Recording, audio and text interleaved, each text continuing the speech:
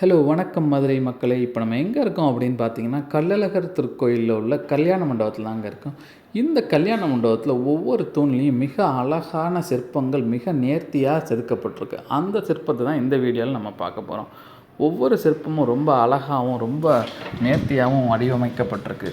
இதில் என்னென்ன சிறப்பு அப்படின்னு பார்த்தீங்கன்னா, ஒவ்வொன்றுக்கும் ஒவ்வொரு சிறப்பு இருக்குது.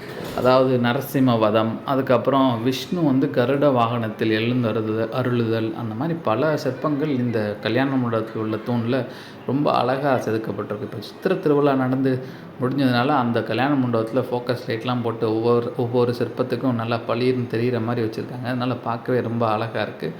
உங்களுக்கு நேரம் கிடைக்கும் போது போய் பார்த்து அந்த ஒவ்வொரு சிற்பத்தையும் ரசிச்சுட்டு வாங்க. நன்றி.